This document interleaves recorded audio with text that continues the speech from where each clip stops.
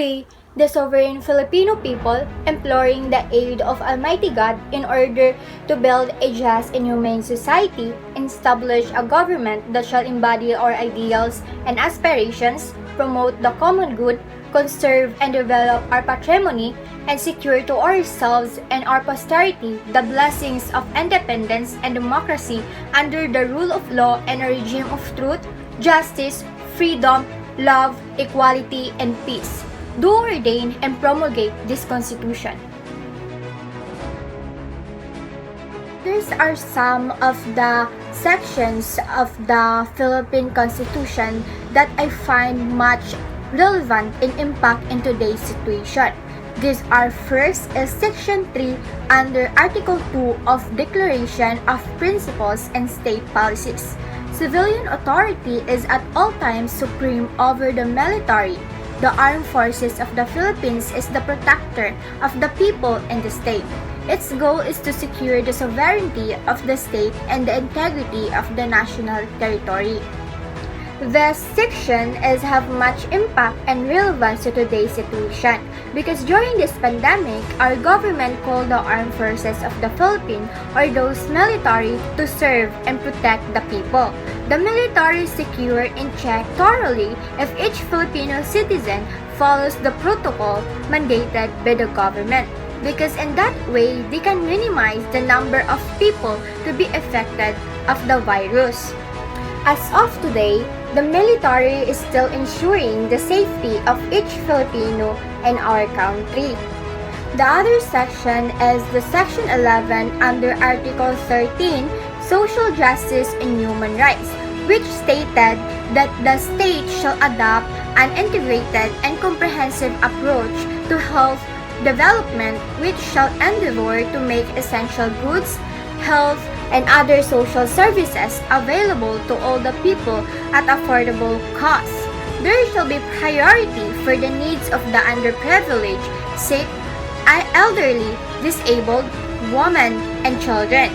The state shall endeavor to provide free medical care to paupers. This section is very relevant in our situation today. Because we all know in our country that there are a lot of Filipino that are poor who have no money to be able to pay the hospital bills. And this section was effectively implemented by our President Rodrigo Duterte through the Malasakit Center Act of 2019, which was signed into law by our President last December 2, 2019. And it is a pet bill of Senator Christopher Lawrence Bongo. Malasakit Center is a one-stop shop for all government medical and financial assistance for all Filipinos, particularly the poor and indigent patients.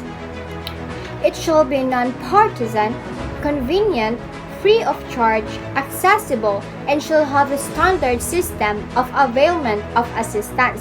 Through the Malasakit Center, there is now an act that priority the needs of the underprivileged people and it provides free medical care to paupers. The last section that I find much relevance to today's situation is the Section 10 under Article 14, Education, Science and Technology, Arts, Culture, and Sports, in which it stated that science and technology are essential for national development and progress. The state shall give priority to research and development, invention, innovation, and their utilization into science and technology, education, training, and services. It shall support indigenous, appropriate and self-reliant scientific and technological capabilities and their application to the country's productive systems and national life. I truly believe that this section is more relevant in our situation today, especially using science and technology and doing medical research in order to improve the country's preparedness prior to a health emergencies existence like what we are experiencing in today's pandemic. It is better for the government to prioritize or focus in using science and technology in creating new sets of methods and fighting viruses that not just for today but in a future use, so that our future generation will not experience the things that happen today. It is important to know the preamble in the Constitution in our country because, firstly, it is in order for us to know our limitations and the right things we should do in order for us to be a good citizen. If we know what is preamble and the Constitution, then we will know how to protect ourselves from enemies. The second one is it gives us an idea of what to expect in our government. The third one is in order for us to be aware of the sets of guidelines of the preamble which guide the people of the nation and to present the principles of the Constitution and to indicate the source from which the documents derives its authority and meaning. Moreover, knowing the preamble provides us a standard to examine and evaluate any law and action of government to find out whether it is good or bad. Hence, it is the soul of the Constitution. The preamble shows the way the government ought to run. Additionally, knowing the Constitution will help us to have an idea of what are the sets of limits and boundaries of the government's interaction and powers. The Constitution works as a means by which the government in the rule knows as to what extent they can impose rules and regulation on the citizen of the country.